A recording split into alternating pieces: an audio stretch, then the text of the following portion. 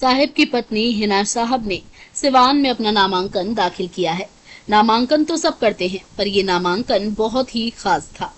आप पूछेंगे क्यों? तो इसके पीछे की एक बहुत बड़ी वजह है और बड़ा लॉजिक है।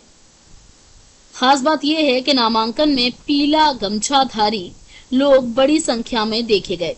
सिवान में ये पीला रंग ही सिवान की सियासत और हिना साहब की राजनीति को सुर्खियों में ले आया है। आपको जानकारी दे दें कि पिछले कई दिनों से हिना साहब जहां भी प्रचार के लिए जा रही हैं, पीला और भगवा रंग इन दोनों को अपने साथ ही लेकर घूम रही हैं। इतना ही नहीं, 2 दिन पहले जब वो सिवान में प्रचार करने निकली तो बाकायदा लाल चुनरी ओढ़कर उनका स्वागत किया गया।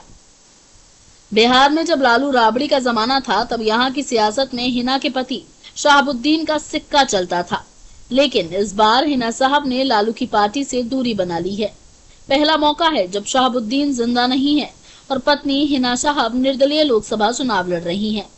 1996 से 2009 तक शहाबुद्दीन इस सीट से सांसद रहे। शहाबुद्दीन के जेल जाने के बाद 2009 में हिना साहब चुनाव हार गयी। 2014 और 19 के चुनाव में भी हिना आरजेडी से चुनाव हारी थी।